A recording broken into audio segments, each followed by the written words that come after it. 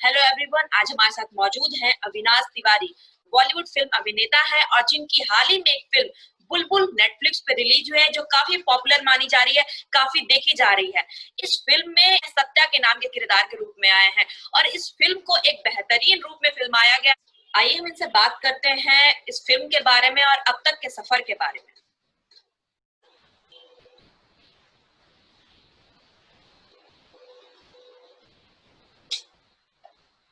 Hello Avinash, welcome to our DW channel. Hi, Kansha. How are you? Good. How are you? Very good, thank you. Avinash, आपकी अभी नई release बुलबुल movie आई है, कैसा रहा आपका एक्सपीरियंस इस मूवी के दौरान? बहुत मजा आया फिल्म शूट करते वक्त। जब फिल्म की स्क्रिप्ट पढ़ी थी तभी मुझे ये खबर थी कि ये काफी नया फिल्म है, काफी अनोखी फिल्म है। ये काफी सारे जॉनर्स का मिश्रण है और थैंकफुली अब जब फिल्म रिलीज होगी तो लोगों को वैसे ही पसंद आ रही है। लोग काफी प्रशंसा कर रहे हैं, काफी तारीफ कर रहे हैं। एक आर्टिस्ट के लिए उससे अच्छी बात क्या हो सकती है। इससे पहले आपने लैला मजनू की थी, साजिद अली की लैला मजनू थी आपकी, और सेम जोड़ी सत्या और बुलबुल की जोड़ी, इसमें लैला मजनू की जो जोड़ी फिर से रिपीट। कितना अलग है आप दोनों के बीच, जो आप स्क्रीन पे होते हैं और रियल लाइफ में आप कैसे हैं? रियल लाइफ में हम दोस्त हैं। हमारी मुलाकात हुई लैला मजनू के दौरान और हम दोस्त बन गए। उस वक्त एकदम सब कुछ नया था दोनों के लिए, तो ऐसा लगता था दोनों खेल कूद कर रहे हैं और फिल्म बन गई। बुलबुल में थोड़ा समय हो चुका था और काफी अलग किरदार था दोनों का। जो केमिस्ट्री थी वो भी अलग थी, तो तरीका भी शूट करने का अलग था, एक अलग तरीके का प्रोसेस रहा। तो दोनों फिल्मों में प्रोसेस जो है काम करने का बदला, लेकिन दोस्ती इंटैक्ट रही। सो पर्सनल लेवल में काफी अच्छे दोस्त हैं, प्रोफेशनली हम जो काम करते हैं वो करते हैं। अच्छा अविनाश, राहुल बोस ऐसे बड़े एक्टर, मंझे कलाकार जो काफी दिनों से फिल्मी दुनिया में हैं, एक्टिव हैं, काम करते नजर आ रहे हैं, वो आपके साथ इस फिल्म में काम करते नजर आए हैं। कैसा एक्सपीरियंस रहा आपका और क्या कुछ नया रहा उनसे सीखने के लिए आपके लिए? राहुल बोस एक एक्टर हैं जिनको मैंने बचपन से एक तरीके से उनकी फिल्में देखी है। उनकी काफी फिल्में अंग्रेजी भाषा में हैं, इसलिए हिंदी भाषी बहुत ज्यादा उनके बारे में शायद ना जाने। या फिल्में, हिंदी फिल्में भी की उन्होंने, लेकिन उनकी खास जो फिल्में रही हैं वो अंग्रेजी भाषा में रही हैं। तो ग्रोइंग अप मैंने उनकी फिल्में देखी, मुझे काफी पसंद आई। मुझे ऐसा क्या है कि शुरू शुरू में मैं अपने एक डेट पर गया था जिसमें जो उनकी ही फिल्म थी, और मैंने उनको ये बताया भी। लोग आज रैप की बात करते हैं, वो उन्होंने एक फिल्म की थी बॉम्बे बॉयज, जो लोग स्कूल टाइम में वो रैप किया करते थे, खाने का, पीने का, मरने का, जीने का, सोने का, धोने का, लेने का, देने का। दशक की वो मूवी थी, उस टाइम सबसे मशहूर मूवी में से एक मानी जाती थी। जी जी जी जी। सो जब मुलाकात हुई तो ऑब्वियसली मैं एक रिस्पेक्ट उनके लिए पहले से एग्जिस्ट करती थी। उनसे एज एन आर्टिस्ट जो सीखने मिला वो तो है, एज ए पर्सन भी काफी सीखने मिला। राहुल बहुत सारे दिशाओं में काम करते हैं। He is an activist, he was the captain of Indian rugby team, जो लोग उनके बारे में नहीं जानते हैं। काफी लंबे समय तक, in fact he still I think one of the oldest members of the Indian rugby team. इन्होंने इंडिया को रिप्रेजेंट किया है, रग्बी खेल के लिए बहुत कार्य किया है उन्होंने। सो जितनी दिशाओं में उन्होंने अपने आप को बढ़ाया है, वो देखकर मुझे काफी प्रेरणा मिली और उनसे सब सीखने मिला कि एक आदमी की ऊर्जा को किस तरह से सही तरीके से उसका इस्तेमाल किया जाए। ये डेफिनेटली उनसे देखकर सीखने मिला। अविनाश, इससे पहले आप इंजीनियरिंग के स्टूडेंट रह चुके हैं और उसके बाद सीधे एक्टिंग की ओर रुख करना, किस तरह से आपको प्रेरणा मिली इस ओर जाने की? एक्टिंग के बारे में मैंने कभी, अक्सर लोग जो मिलते हैं मुझसे वो कहते हैं कि वो बचपन से एक्टर बनना चाहते थे, और मैं बिहार का हूँ। हमारे यहाँ कभी इस विषय पर चर्चा हुई नहीं और ना ही कभी इसको काफी बढ़ाया गया। तो हमेशा से था कि पढ़ाई लिखाई करो, इंजीनियरिंग करो, तो हमेशा ध्यान भी उसी तरफ रहा है। मैं एक्चुअली साइंस में पीएचडी कर फिजिक्स में पीएचडी करना चाह रहा था। फिर मैंने लगा शायद मुझे इंजीनियरिंग करनी चाहिए और इंजीनियरिंग बनना शुरू किया। उस दौरान क्या हुआ ये मुझे अभी तक नहीं पता, जो मेरे अंदर सडनली ये ख्याल आया। स्कूल में प्लेस किया ही करता था, बट ऐसी रुचि थी, बट करियर बनाऊंगा इसको ये ख्याल कभी नहीं आया था। तो एक दिन अचानक से ये ख्याल आया कि मुझे करना चाहिए, और जब आया तो मैंने घर वालों से कहा, ऑब्वियसली उन्हें ये चीज जमी नहीं।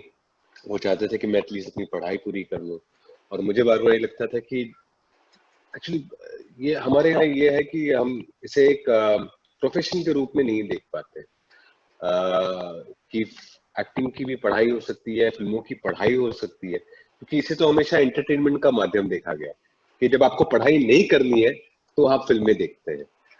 लेकिन इसकी भी अपनी पढ़ाई है, इसको भी सीखना पड़ता है। ये चीज अभी तक हमारे समाज में धीरे धीरे पहले से बेहतर तो हो गई है, लेकिन उस वक्त डेफिनेटली नहीं थी। 2003-4 की बात कर रहा हूँ मैं।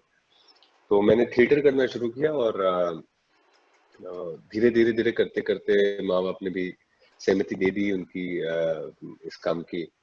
लेकिन काफी लंबा समय रहा है, और उनको सबसे ज्यादा झेलना पड़ा है, क्योंकि हमारा समाज जो है वो हमेशा ये सवाल पूछता रहता है कि भाई बेटा आपका एक्टिंग करने गया, कहाँ है, दिख नहीं रहा, और सारे जवाब उन्हें देने पड़ते थे। तो आज मैं उन्हें थैंक यू कह सकता हूँ कि उन्होंने वो बरकरार रखा अपना साथ, कि मैं इतने लंबे समय तक टिक पाया। आपने अमिताभ बच्चन के साथ भी टेलीविजन पे काम किया है, उसके बाद फिर लैला मजनू जैसी अच्छी बेहतरीन फिल्म, उसके बाद फिर बुलबुल।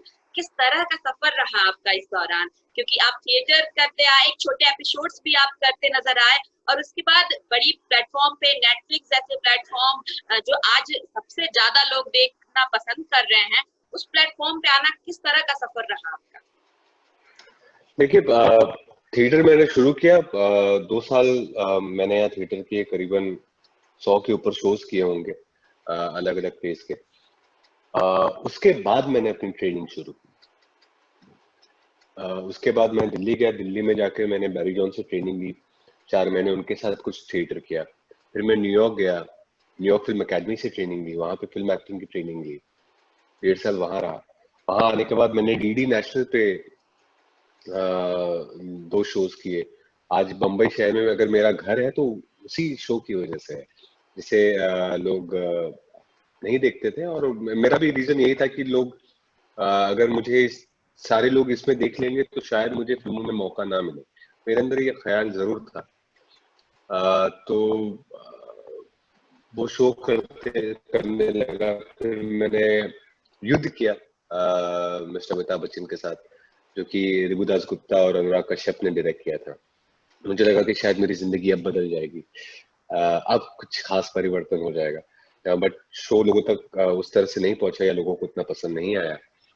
फिर मैंने एक फिल्म की, तू है मेरा संडे, जो कि इंटरनेशनली काफी एक्नॉलेज की गई। हम लोग ने BFI लंदन फिल्म फेस्टिवल में फिल्म को प्रीमियर किया था। काफी बड़ा रेड कार्पेट इवेंट था। उस फिल्म की काफी प्रशंसा हुई। इंडिया में 1 साल बाद रिलीज हुई, और इंडिया के सारे क्रिटिक्स ने, मतलब अगर आप अगर गूगल करें तो आपको दिखेगा कि 4-4.5 स्टार्स दिए हैं उस फिल्म को। लेकिन फिर भी ऑडियंस देखने नहीं गई। फिर लैला मजनू, मुझे लगा शायद अब मेरी जिंदगी बदल जाएगी। इम्तियाज अली प्रेजेंट कर रहे हैं, एकता कपूर प्रोड्यूस कर रही है, साजिद अली ने डायरेक्ट किया है, और इतनी शानदार कहानी है। 3 साल का मेहनत लगा उसमें, लोग फिर भी देखने नहीं गए। और अब बुलबुल आई है। बुलबुल थैंकफुली नेटफ्लिक्स पे है। नेटफ्लिक्स पे पहले से ही सब्सक्राइबर्स होते हैं। अगर फिल्म अच्छी लगती है तो लोग आगे जाके देखते हैं। तो ये जरूर फायदा है कि क्योंकि लोग पहले से हैं वहां पर, और उनके लिए फिल्म आ जा रही है तो लोगों तक पहुंच जा रही है, और लोग आकर देख रहे हैं। बिल्कुल, मेरी क्योंकि चाह फिल्म ये भी है कि काफी अच्छी है, काफी अच्छी आपने इसमें एक्टिंग की है, काफी जी अच्छा आपका ये फिल्म रहा है। लेकिन अविनाश, इससे पहले आपने घोस्ट स्टोरी की थी, और उसके जी बाद फिर ये बुलबुल जैसी सुपर नेचुरल फिल्म आप कर रहे हैं। कितना जी कनेक्टेड, जैसे आप क्या इन सब चीजों पे किस तरह से बिलीव करते हैं? क्या लगता है आपको कि इस सब चीजों को अभी भी समाज में लोग इससे मान रहे हैं? देखिए, घोस्ट स्टोरीज तो खैर आदमी डरता है, और हर आदमी डरता है। लोगों को भूत चुड़ैल से तो डर लगता ही है, और ये आज नहीं, जब से ह्यूमन सिविलाइजेशन शुरू हुआ होगा तब से लोग इतने किस्से कहानियों से डरते हैं। और ये ऐसे खत्म भी नहीं होने वाला, क्योंकि ये आंतरिक फियर है जो जो इतनी आसानी से जाएगा नहीं। घोस्ट स्टोरीज मैंने की, करण जौहर डायरेक्ट कर रहे थे। करण जौहर ने मुझे कॉल करके इनवाइट किया इस फिल्म के लिए और काम करने के लिए, तो वो मुझे करनी ही थी। और बुलबुल इतनी अलग कहानी है, इतनी नायाब कहानी, जैसे मैंने कहा कि ये हॉरर स्टोरी है नहीं। ये अगर आप फिल्म देखेंगे तो आपको पता चलेगा कि कितनी शानदार कहानी है और क्या मैसेज देती है फिल्म, इतने इंटरेस्टिंग, इंगेजिंग और एंटरटेनिंग तरीके से। आ, ये मेरी पहली फिल्म है जिसमें हर हर फैसेट को की तारीफ हुई है, चाहे वो सिनेमेटोग्राफी हो, चाहे वो परफॉर्मेंसेस हो, चाहे वो सेट डिजाइन हो, चाहे वो कॉस्ट्यूम्स हो, चाहे वो बैकग्राउंड स्कोर हो।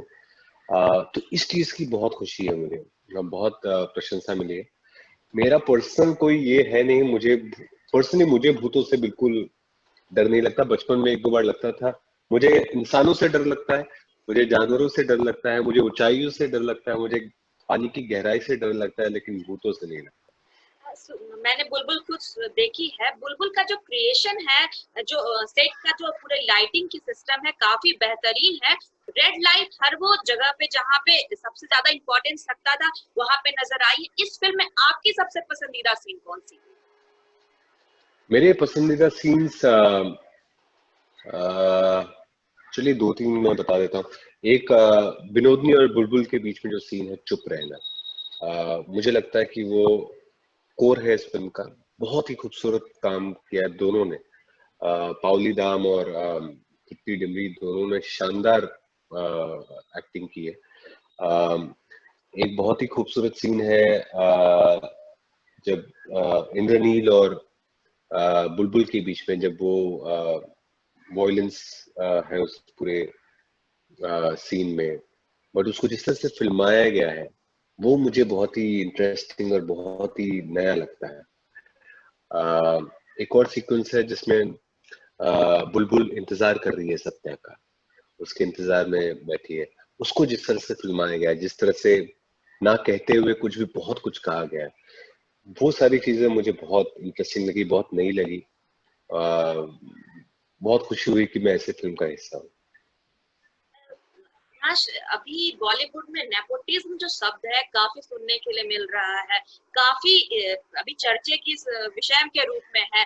आप इससे कितना इत्तेफाक रखते हैं? क्या नेपोटिज्म जो है वो बॉलीवुड में नजर आ रही है? नेपोटिज्म कहाँ नजर नहीं आती। ये ये तो खैर बेकार की बात है। मुझे नेपोटिज्म हर हमारे कल्चर का एक हिस्सा है, इसमें कोई दो राय नहीं है।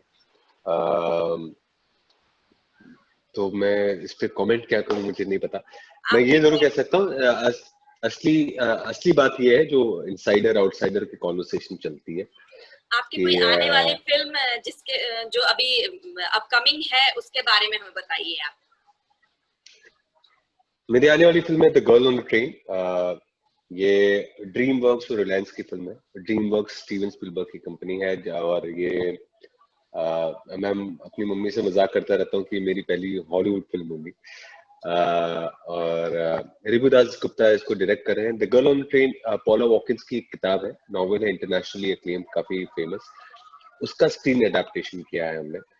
और परिणीति चोपड़ा, अदिति राव हायद्री, कीर्ति कुल्हारी, ये तीन महिलाएं हैं। मैं इसमें एक किरदार निभा रहा हूँ पुरुष का। और बाकी आप फिल्म देखें क्योंकि थ्रिलर है। इससे ज्यादा मेरे लिए कुछ कहना फिल्म के बारे में बताना सही नहीं है। अंतिम में हम आपसे चाहते हैं कि आप हमारे डीडब्ल्यू के लिए जो दर्शक हैं उनके लिए कोई मैसेज दें। जी, डीडब्ल्यू के लिए मैसेज देना चाहूंगा। फिलहाल तो कोरोना का टाइम चल रहा है और हम लॉकडाउन में ही है, अनलॉकडाउन वन में है एक्चुअली। सबसे यही रिक्वेस्ट करूंगा कि जो हमें कहा गया है, जितने भी प्रिवेंशंस और जो चीजें मेंटेन करने के लिए कही गई वो जरूर करें। अपना ख्याल रखें। इस वक्त फिजिकल प्रॉब्लम्स के साथ साथ मेंटल इमोशनल प्रॉब्लम्स भी बहुत बढ़ रहे हैं। इसलिए लोगों में प्यार बांटें, बी काइंड, बी कंपैशनेट, वो बहुत ज्यादा जरूरी है। वो सिर्फ खैर वो सिर्फ इस समय के लिए नहीं, वो ताउम्र जिंदगी के लिए वो जरूरी है। मैं ये भी कहना चाहूंगा कि बड़ा सोचें, बड़े सपने देखें और उन सपनों को पूरे करने के लिए डिजर्विंग भी बने, उसके लिए भी मेहनत करें। बाकी सब कुछ ऊपर वाले के हाथ में। Thank you so much Avinash हमारे साथ बात करने के लिए। Pleasure, pleasure, see you.